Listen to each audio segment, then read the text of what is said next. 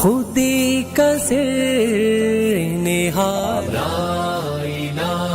واشهد ان لا الہ الا اللہ رب السماوات والارضین واشهد ان سیدنا و مولانا محمد عبدہ ورسولہ خاتم النبیین اللہم صلی علی سیدنا محمد النبی الامی وازواجہ امہات المومنین وذریتہ واہل بیتہ کما صلیت علی آل ابراہیم فی العالمین انکا حمید مجید۔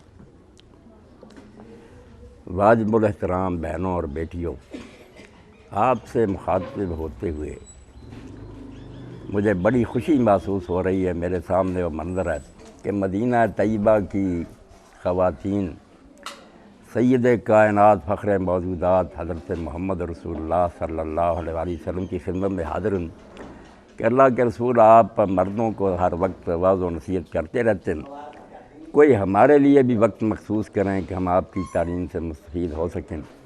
تو امام بخاری رحمۃ اللہ علیہ فرماتے ہیں آپ نے پھر دن مقرر کر دیا کہ اس دن صرف خواتین اکٹھی ہوں، میں ان سے ہی بات کروں گا اور دین کی باتیں انہیں پہنچاؤں گا۔ تو جمیل صاحب میری طرف سے شکریہ کے مستحق ہیں کہ وہ مجھے موقع دیتے ہیں کبھی کبھی کہ میں آپ بہنوں اور بچیوں سے بھی بات کر سکوں۔ یقین جانیں مردوں کی نسبت جیسا کہ جمیل صاحب نے کہا،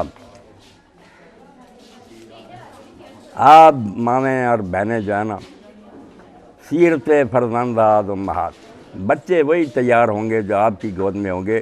مرد صرف کما سکتا ہے، آپ کی حفاظت کر سکتا ہے، مگر بچہ ہر وقت اللہ تعالیٰ کی امانت آپ کی گود میں ہوتا ہے۔ اگر آپ شروع سے اس کی تربیت صحیح کریں تو اقبال فرماتے ہیں سیرت فرزندات امہات، بچوں کا کریکٹر تو بنتا ہے ماؤں سے۔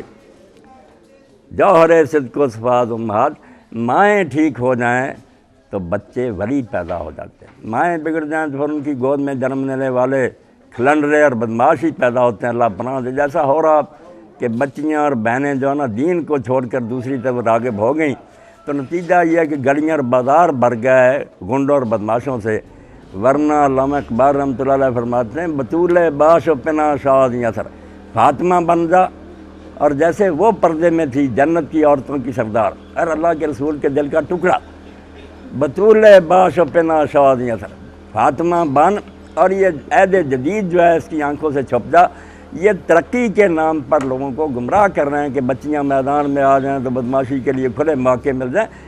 فاطمہ بن کہ در آغوش شبیر بگیری، تاکہ تیری گود میں سیدنا حسین علیہ السلام جیسا بچہ پیدا ہو۔ اب آپ دیکھتی ہیں کہ فاطمہ رضی اللہ تعالیٰ عنہ ایک دن حضرت علی رضی اللہ تعالیٰ عنہ گھر میں آئے، اللہ کے رسول علیہ السلام نے مجلس میں کہا کہ کل میں سوال کا جواب چاہتا ہوں کہ عورت کا سب سے بہترین وصف کیا؟ کل اس سوال کا جواب دیں۔ صحابہ سے کہا کہ عورت کی سب سے اچھی خوبی کیا ہے؟ تو حضرت علی رضی اللہ عنہ بھی اس بارے میں سوچ رہے تھے۔ تو فاطمہ رضی اللہ تعالیٰ نے پوچھا کہ علی کیا بات ہے؟ تو کہا ابا جی نے یہ سوال کیا ہے، صبح بتانا کہ عورت کی سب سے اچھی خوبی کیا؟ تو حضرت فاطمہ رضی اللہ تعالیٰ نے کہا کہ میرا نہ بتانا، صرف یہ بات کہہ دینا کہ جس کو اس کے خاوند کے سوا کسی نے نہ زندگی بھر دیکھا اور اس نے اپنے خاوند کے سوا نظر اٹھا کر نظر بھر کر کسی کو نہ دیکھا۔ جب صبح حضرت علی رضی اللہ عنہ نے جواب دیا تو نبی کریم صلی اللہ علیہ وسلم نے پوچھا کہ علی یہ جواب تیرا ہے یا سچ بتا فاطمہ کا؟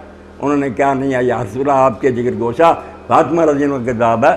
فرمایا میری بیٹی کے منہ سے ہی یہ جواب نکل سکتا۔